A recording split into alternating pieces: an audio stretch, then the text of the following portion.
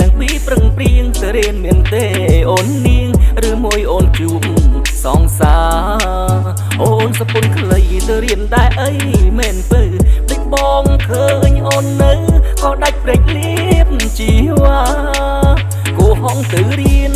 តាមពិនលួចមានសងសាណាត់ជួបគ្នាដើរលេងណាកិច្ចសាលាស្ទើររាល់ថ្ងៃប្រយ័ត្នចិត្តកំបាយគុំនិតយ៉ាងនឹងអាណិតពុកម៉ែប្រលឹងខំប្រឹងរកប្រាំងស្ទើរខ្សែលំបាកទាំងកាយទាំងចិនក៏ព្រោះស្រីថ្លៃសុំចិនទៅណាអូនស្រីជប់គាត់រិញរៃណាពើអូនក្រមុំស្រីគិតមើលជាថ្មីទៅនាងជប់ដើរលេងដើរច្រៀងទៅរៀនល្អជាងកុំនៅជិះម៉ូតូដុបគ្នាអោបគ្នានៅតាមដងផ្លូវបបងដើរលេងកាន់សៀវភៅកុំឲ្យពុកម៉ែខ្មាំងគេ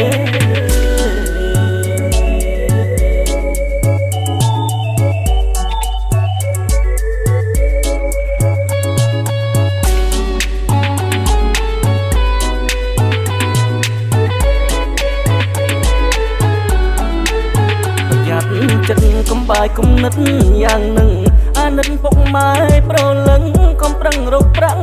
ស្ទើរខ្សែលំបាកទាំងកាយ